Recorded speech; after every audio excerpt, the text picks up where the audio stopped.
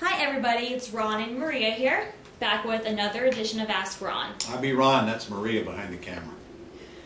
So Ron, our first question is from Joe from Indiana. Hey Joe. I noticed on an old Ask Ron video that you heard Dodd-Frank required a lender to give the seller of a subject to deal credit toward their debt ratio while trying to qualify for a new loan. Have you heard any more on this matter? I don't know what you're talking about, Joe. I don't think I've ever said anything like that. If I do, I totally forgot it because it's not true. Dodd-Frank, you can forget about Dodd-Frank. It doesn't even apply to you because you're exempt. But I don't know of any such requirement in Dodd-Frank that the lender has to give them credit. Why don't you pull up Dodd-Frank and look it up yourself, because it's not that hard to access. But I don't remember that being the case, Joe. And our next question is from Rolando from California. Okay, let me finish that one first. Okay. You mentioned subject to, come to think about it.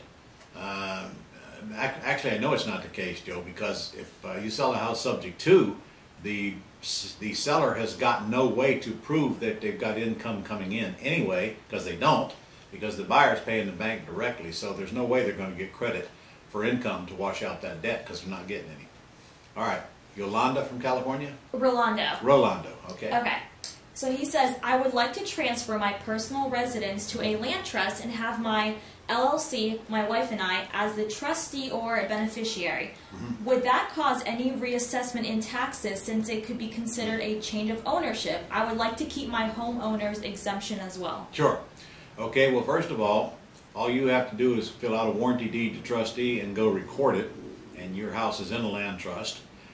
There's no reason to make the LLC the beneficiary. You and your wife should be the LLCs of the beneficiaries of the land trust. Putting an LLC doesn't accomplish anything because your homestead is sacred anyway. If you put it on the deed, what I do here in Florida is I put right below the legal description that the beneficial interest of this trust resides in the property as their principal residence. The beneficial interest of this trust resides in this property as their principal residence. I put that right below the legal description on the first page of the deed, and that will protect your homestead exemption. And without that, though, you're going to get a letter wondering if it's still homesteaded or not. But with that, well, you might still get the letter, but in Florida, every year we get a card, and we're supposed to respond back to them if we don't live in the house anymore. And it says right on the card, if you do live in the house, don't send the card back. So that's the end of it. But with that on your deed, you should be protected for homestead exemption. And next is Tamra from California. Hey, Tamra. So Tamra is also a licensed realtor. Mm-hmm. She says, I have been working the list of FSBOs from your lead service trying to use terms to purchase. Mm-hmm. Some of the properties from the FSBO lead service are listed with agents on MLS. Is there a way to purchase these properties with terms, or does the listing need to expire before I can try to work the deal? Well, Tamra, if you have a license, you should already know the answer to that question. But here's the thing. Many of the ones you see advertised on the FSBO service are in the MLS, but that does not mean they're listed. As you know, you can pay to put a property in the MLS without listing it. Now, of course, if a realtor brings the buyer, then you're going to be expected to pay the commission, at least half of it.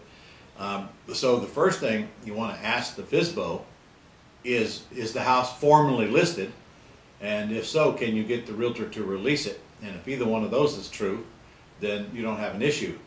But if the house is formally listed, then you do have an issue. Because you know darn well you can't go buy that house and ignore that listing agreement. If you do, it's tortious interference of the contract. And the listing agent, if they want to come after you, are most certainly going to get a judgment against both the seller and you, because you literally have ignored a legal binding contract.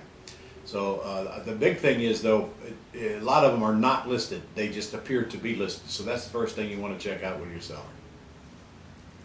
And last is Hani from Texas. Hello? So he says, I have a question regarding the lease option of a property from the seller. Uh-huh. I will run title search at the time of signing the lease and the title is clear. Yes. How can I ensure that the owner won't get a lien on the property during the lease period, and how can I protect my deal if I'm staying in the deal? There's only one way, and that is for your seller to deed the property into a land trust and they're the beneficial interest, that means you'd have to explain that to them. But if they do that, a lien against them won't attach to the property because they don't own the property, they own the trust that owns the property. Of course, the other way is just buy it from them. Remember, if you're leasing in Texas, you can't put a sandwich lease option tenant buyer in it anyway. So your question is moot for Texas because you won't be lease optioning it from the seller. You want to buy it with owner financing, or you want to buy it subject to, or you want to pay cash for it. Because you have to own the property to put a tenant buyer in there and collect a non-refundable property in Texas. All right? And that's all we have for this week. That's all we have for this week. Yeah. Come on, guys, get some questions in here. Anyway, listen, we got. I want you to be aware of it right now. I know we got several months from now, but we got a great convention coming up in February. Put it on your calendar right now. February 14, 15, 16, and 17, you're going to be in Florida. In fact, you're going to be just south of Jacksonville, Florida in World Golf Village. And we got a whole big old lineup of things coming up, including Gene Simmons will be our featured speaker. That's right, KISS. Not KISS itself, but KISS.